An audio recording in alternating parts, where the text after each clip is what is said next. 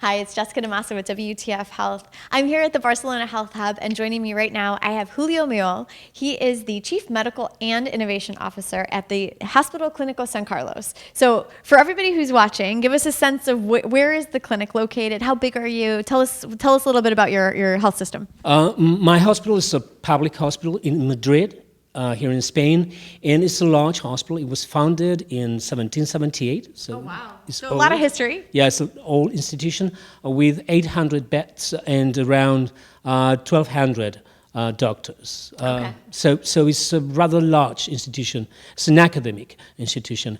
And my role there is first Chief Medical Officer, but I'm also in charge of innovation. Okay, so this is, I want to pick your brain on this. I was really excited when you were like, oh, it's a public health system. And I'm like, ooh. So talk to me, I guess, about some of the challenges that you face integrating innovation in to a public health system for those who may not be familiar. So for those of us who are in the US who are like, how does this work over there in Europe? Give us a sense of some of the challenges that you're facing. We face the same challenges that in the United States or other different systems that they have. In our case, the difference is that we must take care not only of our population, but also the whole population in Madrid. So whatever we do must be available for 6.5 million people in Madrid.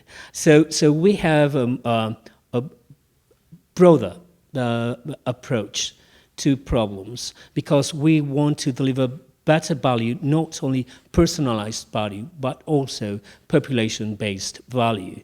So first we need to understand what's going on out there, what the new technologies are, and how we can take advantage of those, how we define problems, find unmet needs, and then collaborate and cooperate with startups to find new solutions for those problems.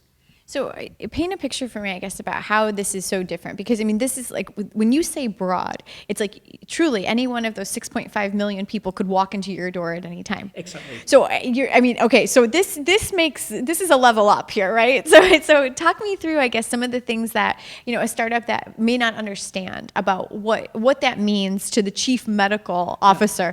You know what I mean? Like if you put your doctor hat on and you're thinking about care quality, you're thinking about risk aversion, you're thinking about all of those things, and at the population level, not just your patient population, but the city population, which is your patient population. Exactly. Any citizen in Madrid can go to our hospital, the emergency room, or ask for a consultation. So the problem is we need to have the data in order to solve the problems. How do we do that? That's the complexity and the uncertainty of this clinical scenario. So for us, we need to tackle 5 problems. First, the variations in quality and outcomes. There may be huge differences in outcomes, even in a small province like Madrid, with 6.5 million people. Secondly, we want to decrease harm. We want to increase safety, not only for those who show up, but also for those who don't show up, but we are in charge of them. Thirdly, we need to avoid waste. We don't want to waste resources in doing things that shouldn't be done at all.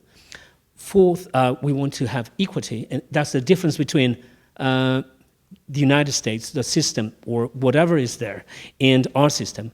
We need to provide the same access to 6.5 million people, and we don't know who is going to show up. And then fifth is we need to prevent disease. If we want to have a better quality of life for aged people, we have to prevent diseases. And we must take into account that Madrid region has the longest health expectancy of life in Europe. Really? I didn't realize that. Okay. It's over 86 years for women and 84 for men. So that's a big challenge. Aging population with many comorbidities. So we need technologies to first understand, to identify, to stratify, and then to deliver the best care possible to our citizens. How do you find solutions? How do you find the startups that you want to work with? First, we map the startups in our ecosystem. And then we work together to find solutions for those problems. So we challenge them. We usually run hackathons and datathons to challenge them and approach us with new solutions, taking into account that they are using our data in order to find new solutions. So those are personalized, customized solutions for our needs. So how do you make sure in your health system, how do you make sure that you are engaging doctors and nurses and other allied health providers into the innovation process? What's your approach?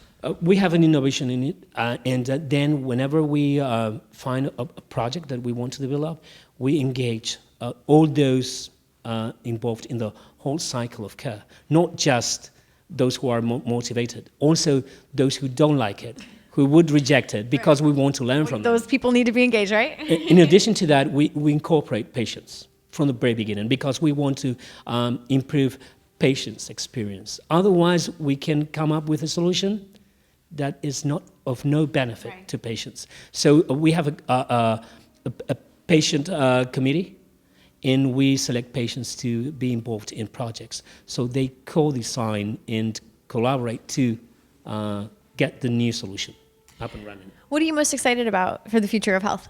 Artificial intelligence. I think yes. I think it's going Your eyes lit up.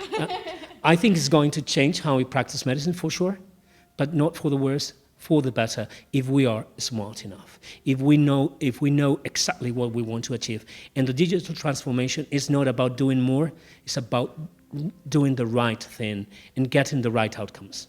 Excellent. Thank you so much for joining us. It's a pleasure to pick your brain. I love hearing about different health systems and how they're approaching innovation. Thank you. Thank you very much. I'm Jessica Damaso with WTF Health. Thank you for joining us.